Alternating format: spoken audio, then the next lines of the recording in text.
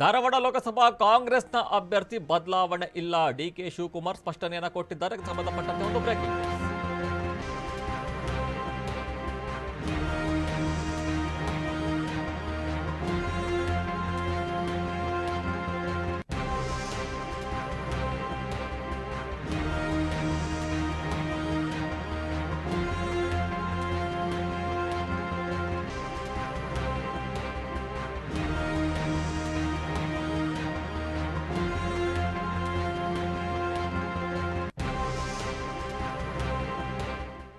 ಧಾರವಾಡ ಲೋಕಸಭಾ ಕಾಂಗ್ರೆಸ್ ಅಭ್ಯರ್ಥಿ ಬದಲಾವಣೆ ಇಲ್ಲ, ಬದಲಾವಣೆ ಪ್ರಶ್ನೆಯೇ ಇಲ್ಲ.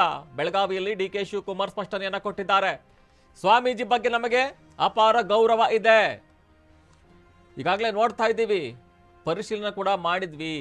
ಈ ಹಂತದಲ್ಲಿ ಅಭ್ಯರ್ಥಿ ಬದಲಾವಣೆ ಮಾಡೋ ಮನಸ್ಸಿಲ್ಲ. ಈಗಾಗಲೇ ವದಂತಿಗಳು ಹಬ್ತಾ ಇತ್ತು, ಕಾಂಗ್ರೆಸ್ ಅಭ್ಯರ್ಥಿ ಬದಲಾಗ್ತಾರೆ ಅಂತ. ಈ ವದಂತಿಗೆ ತೆರೆಯನ್ನ ಎಳೆದಿದ್ದಾರೆ ಡಿಸಿಎಂ ಆಗಿರುವಂತಹ ಡಿಕೆ ಶಿವಕುಮಾರ್. ಪ್ರಹ್ಲಾದ್ ಜೋಶಿ ವಿರುದ್ಧ ತೊಡೆತಟ್ಟಿರುವಂತಹ ಶ್ರೀಗಳು ಬಂಡಾಯವಾಗಿ ಸ್ಪರ್ಧೆಗೆ ರೆಡಿಯಾಗಿದ್ರೆ ಒಂದ್ ಕಡೆ, ಶ್ರೀಗಳ ಸ್ಪರ್ಧೆಗೆ ಭಕ್ತರಿಂದಲೂ ಕೂಡ ಭಾರಿ ಒತ್ತಡ ವ್ಯಕ್ತವಾಗ್ತಾ ಇತ್ತು. ಶ್ರೀಗಳಿಗೆ ಬೇರೆ ಮಠಾಧೀಶರು ಕೂಡ ಬೆಂಬಲವನ್ನು ವ್ಯಕ್ತಪಡಿಸ್ತಾ ಇದ್ರು. ಈಗಾಗಲೇ ಈ ಎಲ್ಲ ಬೆಳವಣಿಗೆಗಳ ನಡುವೆ ದಿಂಗಲೇಶ್ವರ ಸ್ವಾಮೀಜಿ ಈಗಾಗಲೇ ಬೆಂಗಳೂರಿಗೆ ಆಗಮಿಸಿದ್ರು. ಬೆಂಗಳೂರಿನಲ್ಲಿ ಡಿಸಿಎಂ ಆಗಿರುವಂತಹ ಡಿಕೆ ಶಿವಕುಮಾರ್ ಅವರನ್ನ ಭೇಟಿಯಾಗಿ ಚರ್ಚೆನ ನಡೆಸೋ ಸಾಧ್ಯತೆ ಹೆಚ್ಚಾಗಿದೆ ಅಂತ ಈಗಾಗಲೇ ಹೇಳಿಕೆಯನ್ನು ಕೂಡ ಕೊಡ್ತಾ ಇದ್ರು.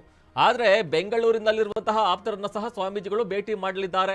ಜೋಶಿ ವಿರುದ್ಧ ಪಕ್ಷೇತರವಾಗಿ ಸ್ಪರ್ಧೆ ಮಾಡ್ತಾರ ಅಥವಾ ಕಾಂಗ್ರೆಸ್ಗೆ ಬೆಂಬಲವನ್ನ ಕೊಡ್ತಾರ ಅಥವಾ ಕಾಂಗ್ರೆಸ್ ಇಂದ ಸ್ಪರ್ಧೆಯನ್ನ ಮಾಡ್ತಾರ, ಕಾಂಗ್ರೆಸ್ ಏನಾದ್ರೂ ಟಿಕೆಟ್ ಕೊಡುತ್ತಾ ಅನ್ನೋ ಅನುಮಾನ, ಗೊಂದಲಗಳು ಈಗಾಗಲೇ ಕಾಡ್ತಾ ಇತ್ತು. ಇನ್ನು ಪ್ರಮುಖವಾಗಿ ಈಗ ಯಾವಾಗ ದಿಂಗಲೇಶ್ವರ ಸ್ವಾಮೀಜಿಗಳು ಬಂಡಾಯ ಹೇಳ್ತಾರೆ, ನಮ್ಮ ಸಮಾಜವನ್ನ ಬಿಜೆಪಿ ಕಡೆಗಣಿಸ್ತಾ ಇದೆ ಅನ್ನೋ ಒಂದು ಮಾತಿನಿಂದ ನಾನು ಅಭ್ಯರ್ಥಿಯಾಗಿ ಸ್ಪರ್ಧೆ ಮಾಡ್ತೀನಿ, ಪಕ್ಷೇತರ ಅಭ್ಯರ್ಥಿಯಾಗಿ ನಿಲ್ತೀನಿ ಅನ್ನೋ ಒಂದು ಮಾತನ್ನ ಹೇಳ್ತಾ ಇದ್ರು. ಆದ್ರೆ ಬಿಜೆಪಿ ನಾಯಕರು ಎಲ್ಲ ಒಂದು ಕಡೆ ಮನವೊಲಿಸುವಲ್ಲಿ ವಿಫಲವಾಗಿದ್ದಾರೆ. ಹಾಗಂತ ಇಲ್ಲಿ ಪ್ರಮುಖವಾಗಿ ಈ ಕ್ಷೇತ್ರದಲ್ಲಿ, ಧಾರವಾಡ ಕ್ಷೇತ್ರದಲ್ಲಿ ಈಗಾಗಲೇ ಜೋಶಿ ಅವರು ಬಿಜೆಪಿಯಿಂದ ಕಣಕ್ಕಿಳಿದಿದ್ದಾರೆ. ಆದ್ರೆ ಅವರ ವಿರುದ್ಧ ಕಾಂಗ್ರೆಸ್ನ ಅಭ್ಯರ್ಥಿ ಬದಲಾವಣೆ ಆಗುತ್ತಾ ಅನ್ನೋ ಮಾತುಗಳು ಈಗಾಗಲೇ ಹಲವು ದಿನಗಳಿಂದ ಚರ್ಚೆ ಆಗ್ತಾ ಇತ್ತು ರಾಜಕೀಯ ವಲಯದಲ್ಲಿ. ಆದ್ರೆ ಇದಕ್ಕೆ ಪುಲಿ ಸ್ಟಾಪ್ ಇಟ್ಟಿರುವಂತದ್ದು ಡಿಕೆ ಶಿವಕುಮಾರ್. ಯಾವುದೇ ಕಾರಣಕ್ಕೂ ಕೂಡ ಇಲ್ಲಿ ಬದಲಾವಣೆ ಆಗೋದಿಲ್ಲ. ಧಾರವಾಡದಿಂದ ವಿನೋದ್ ಅಸುಟಿ ಅವರು ಸ್ಪರ್ಧೆಯನ್ನ ಮಾಡ್ತಾ ಇದ್ದಾರೆ. ಕಾಂಗ್ರೆಸ್ನಿಂದ ಅವರೇ ಅಭ್ಯರ್ಥಿಯಾಗಿ ಮುಂದುವರಿತಾರೆ. ಇನ್ನು ಪ್ರಮುಖವಾಗಿ ದಿಂಗಲೇಶ್ವರ ಸ್ವಾಮೀಜಿ ಅವರಿಗೆ ಪಕ್ಷದ ಬಿ ಫಾರಂ ನೀಡುವ ಕುರಿತು ಈಗಾಗಲೇ ಪ್ರಸ್ತಾಪ ಕೂಡ ಇತ್ತು. ಡಿಕೆ ಶಿವಕುಮಾರ್ ಕೂಡ ಮಾತನಾಡ್ತಾರೆ.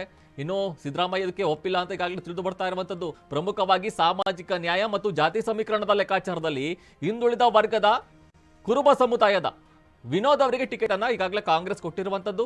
ಈಗಾಗಲೇ ಪ್ರಚಾರ ಕೂಡ ಆರಂಭಿಸಿದ್ದಾರೆ.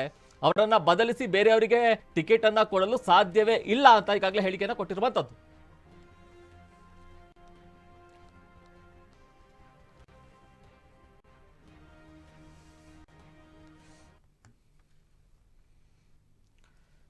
ಇದ್ರ ಬಗ್ಗೆ ಹೆಚ್ಚಿನ ಮಾಹಿತಿಯನ್ನ ಕೊಡ್ತಾ ಹೋಗ್ತಾರೆ ನನ್ನ ಸಹೋದ್ಯೋಗಿ ಅಶ್ವಥ್ ನೇರ ಸಂಪರ್ಕದಲ್ಲಿ. ಅಶ್ವಥ್, ಈಗಾಗಲೇ ನೋಡ್ತಾ ಇದ್ದೀವಿ ಧಾರವಾಡ ಲೋಕಸಭಾ ಕ್ಷೇತ್ರ ಸಾಕಷ್ಟು ಚರ್ಚೆ ಆಗ್ತಿರುವಂತಹ, ಈಗ ಡಿ ಕೆ ಶಿವಕುಮಾರ್ ಅವರು ಏನೋ ಸ್ಪರ್ಧೆ ಮಾಡ್ತಾರೆ, ದಿಂಗಲೇಶ್ವರ ಶ್ರೀಗಳು ಕಾಂಗ್ರೆಸ್ ಏನೋ ಹರಿದಾಡ್ತಾ ಇತ್ತು ಸುದ್ದಿ, ಇದಕ್ಕೆ ಪೊಲೀಸ್ ಸ್ಟಾಪ್ ಇಟ್ಟಿದ್ದಾರೆ. ಇದ್ರ ಬಗ್ಗೆ ಏನೆಲ್ಲ ಅಪ್ಡೇಟ್ಸ್ ಇದೆ? ರವಿ, ಈಗಾಗಲೇ ಏನು ಲೋಕಸಭಾ ಚುನಾವಣೆಗೆ ಕೇವಲ ಇನ್ನ 15 ದಿನಗಳು ಮಾತ್ರ ಬಾಕಿ ಇರುವಂತಹದ್ದು. ಈ ಒಂದು ಚುನಾವಣೆ ಈಗ ರಾಜಕೀಯ ಪಕ್ಷಗಳಲ್ಲಿ ಈಗಾಗಲೇ ಕಾಂಗ್ರೆಸ್ ಆಗಿರ್ಬೋದು, ಬಿಜೆಪಿ ಆಗಿರ್ಬೋದು, ಈ ಎರಡೂ ಪಕ್ಷಗಳು ಕೂಡ ಈ ಒಂದು ಚುನಾವಣೆಯನ್ನ ತುಂಬ ಸ್ವಪ್ರತಿಷ್ಠೆಯಾಗಿ ಕೂಡ ತೆಗೆದುಕೊಂಡಿರುವಂಥದ್ದು. ಅಂದರೆ ಈ ಚುನಾವಣೆಯಲ್ಲಿ ಶತಾಯಗತಾಯ 20ಕ್ಕೂ ಹೆಚ್ಚು ಕ್ಷೇತ್ರಗಳನ್ನು ನಾವು ಗೆಲ್ಲೇಬೇಕು ಅಂತೇಳಿ ಬಿಜೆಪಿ ಆಗಿರ್ಬೋದು ಅಥವಾ ಕಾಂಗ್ರೆಸ್ ಆಗಿರ್ಬೋದು ಎರಡೂ ಪಕ್ಷಗಳು ಕೂಡ ಈಗ ಲೆಕ್ಕಾಚಾರವನ್ನು ಹಾಕಿಕೊಂಡಿರುವಂಥದ್ದು. ಅದರಲ್ಲಿ ಪ್ರಮುಖವಾಗಿ ಧಾರವಾಡ ಲೋಕಸಭಾ ಕ್ಷೇತ್ರ ಏನಿದೆಯೋ ಈ ಒಂದು ಕ್ಷೇತ್ರ ಈಗ ಒಂದು ಜಿದ್ದಿನ ಕ್ಷೇತ್ರವಾಗಿರುವಂಥದ್ದು.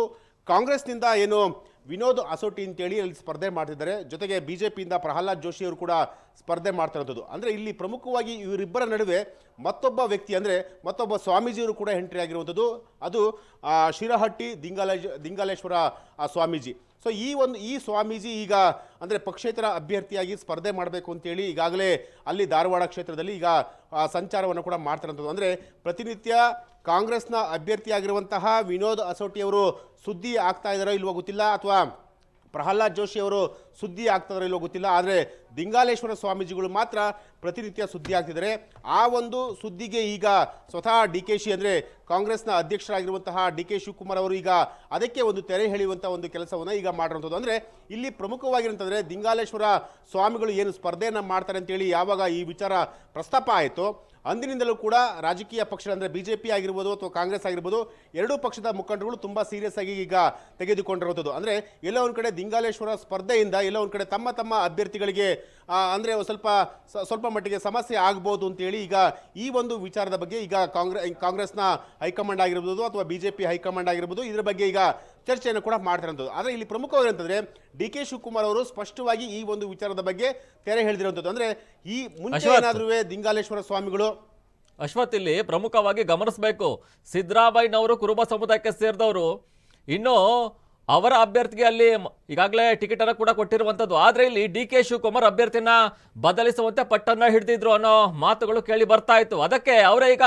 ಸ್ಪಷ್ಟವಾಗಿ ತಮ್ಮ ನಿಲುವೇನು ಅಂತ ಈಗಾಗಲೇ ಹೇಳಿರುವಂತದ್ದು. ಆದ್ರೆ ಸಿದ್ದರಾಮಯ್ಯ ಮತ್ತು ಡಿ ಕೆ ಶಿವಕುಮಾರ್ ನಡುವೆ ಒಂದು ಭಿನ್ನಾಭಿಪ್ರಾಯ ಮೂಡಿತ್ತು ಈ ವಿಚಾರವಾಗಿ ಅನ್ನೋ ಮಾಹಿತಿ ಕೂಡ ಕೇಳಿ ಬರ್ತಾ ಇದೆ. ಇದಕ್ಕೇನು ಹೇಳ್ತೀರಾ ರವಿ? ಸಿದ್ದರಾಮಯ್ಯ ಮತ್ತೆ ಡಿ ಕೆ ಶಿವಕುಮಾರ್ ಇವರ ಇಬ್ಬರ ನಡುವೆ ಮುಂಚೆಯಿಂದಲೂ ಕೂಡ ಭಿನ್ನಾಭಿಪ್ರಾಯ ಇತ್ತು. ಯಾಕೆಂತಂದ್ರೆ ಎಲ್ಲೋ ಒಂದ್ ಕಡೆ ಕಾಂಗ್ರೆಸ್ ಸರ್ಕಾರ ಅಧಿಕಾರಕ್ಕೆ ಬಂದ ದಿನದಿಂದಲೂ ಕೂಡ ಎಲ್ಲ ಒಂದ್ ಕಡೆ ಕಾಂಗ್ರೆಸ್ನ ಮುಖ್ಯಮಂತ್ರಿಯಾಗಿ ಡಿ ಕೆ ಶಿವಕುಮಾರ್ ಅವರೇ ಆಗ್ತಾರೆ ಅಂತೇಳಿ ಮೊದಲು ಸ್ಟಾರ್ಟಿಂಗಲ್ಲಿ ಒಂದು ಸ್ವಲ್ಪ ಸುದ್ದಿ ಆಗಿತ್ತು. ಅದಾದ ನಂತರ ಏನು ಚುನಾವಣೆ ನಡೆಯುವಂತಹ ಸಂದರ್ಭದಲ್ಲಿ ಬಹುತೇಕ ಎಲ್ಲ ಕಡೆಯಲ್ಲೂ ಕೂಡ ಡಿ ಕೆ ಶಿವಕುಮಾರೇ next C M D K Shi ಅಂತೇಳಿ ಅವರ ಅಭಿಮಾನಿಗಳು ಪಕ್ಷದ ಕಾರ್ಯಕರ್ತರು ಪ್ರತಿಯೊಂದು ಅಂದರೆ ಚುನಾವಣೆಗೆ ಹೋದಂತಹ ಸಂದರ್ಭದಲ್ಲಿ ಅವರ ಪರವಾಗಿ ಜೈಕಾರವನ್ನು ಘೋಷಣೆ ಮಾಡ್ತಾ ಇದ್ರು. ಅದಾದ ನಂತರ ಏನು ಕಾಂಗ್ರೆಸ್ನ ಹೈಕಮಾಂಡು ಆ ಒಂದು ಚುನಾವಣೆ ಆದ ನಂತರ ಎಲ್ಲೋ ಒಂದು ಕಡೆ ಸಿದ್ದರಾಮಯ್ಯ ಅವರಿಗೆ ಕಂಪ್ಲೀಟಾಗಿ ಅಂದರೆ ಸಿ ಎಂ ನೀವೇ ಅಂತೇಳಿ ಅಂದರೆ 2.5 ವರ್ಷಗಳ ಕಾಲ ನೀವೇ ಸಿ ಎಂ ಆಗಬೇಕು ಮತ್ತು ಇನ್ನು 2.5 ವರ್ಷಗಳ ಕಾಲ ಡಿ ಕೆ ಶಿವಕುಮಾರ್ ಅವರು ಸಿ ಎಂ ಆಗ್ತಾರೆ ಅಂತೇಳಿ ಒಂದು ಒಪ್ಪಂದ ಆಗುತ್ತೆ.